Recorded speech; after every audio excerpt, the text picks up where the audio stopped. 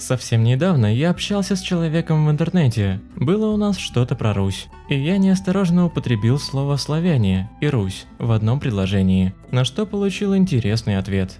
Так это русы были, а не славяне. Точнее, ничего сказать уже не могу. Хоть и диалог был недавно, но в целом он Руси не касался. Про что-то современное шла речь. Но тема меня заинтересовала. Я начал разбираться, почему человек различает русов и славян. И вот добрался до вопроса о том, на каком языке говорили князья на Руси. Почему речь именно о князьях, а не о простых людях? Что касается населения, то с ним более-менее просто. Были разные славянские племена, которые смешались с другими племенами. И так якобы получился русский народ.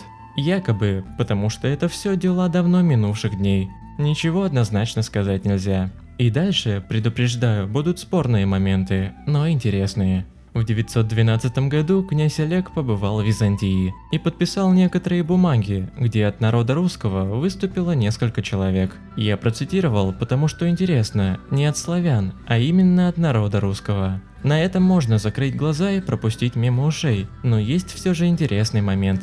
912 год и народ русский, а кто в составе? Есть документы, где прописаны имена, я не буду перечислять их всех, но, например, Карлы, Иннегилд, Фарлов, Вермут, Раулт и другие.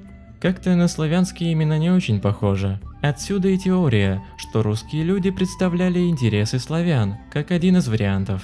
В 944 году в Византии был Игорь, и у него в свите было уже несколько людей со славянскими именами, но их было тем не менее меньшинство. Можно предположить, что некоторые из славян добились уже высоких должностей при Игоре. В 952 году Константин Багрянародный написал целый тракт об управлении империей. И вот тут очень интересный момент. Император Византийский упомянул, что есть русский и славянский языки. Прямо указал, это разные вещи. Очень интересно. Скандинавы. Первое, что приходит в голову, Игорь никакой не Игорь, как и Олег, Ольга и другие. Варианты есть следующие. Рюрик, Хрюрик, Олег, Олаф, Игорь, Ингвар, Ольга, Хельга. Что-что, а коверкать иностранные слова у нас всегда умели.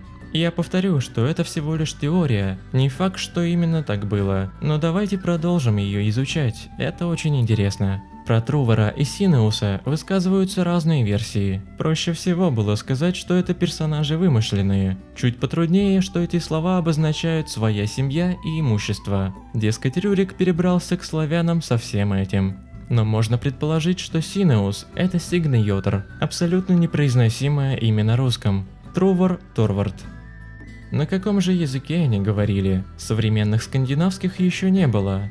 А были древние – норвежский, шведский, датский, готнийский. Последнего языка уже не существует. Откуда пошли варяги, мы с вами сказать не можем. Речь о русских варягах. Поэтому, рассматривая именно эту теорию, можно остановиться на том, что они были скандинавами и говорили на одном из скандинавских языков.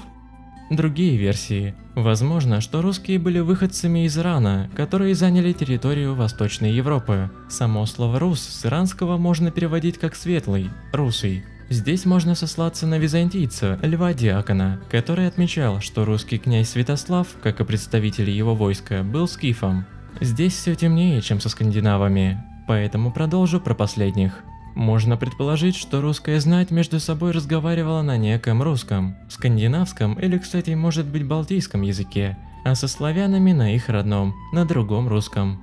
Наверняка среди слушателей будут те, кто не согласен с нормандской теорией, даже в ее широком смысле. Поэтому можно выдвинуть еще одну версию. Рюрик и его потомки разговаривали на славянском языке, но том, что зародился на севере, это был диалект. Но в целом история про скандинавские языки хорошая, тем более, что в Европе тоже было что-то подобное. Скандинавы основывали свои государства, их язык смешивался с речью, которую использовало местное население.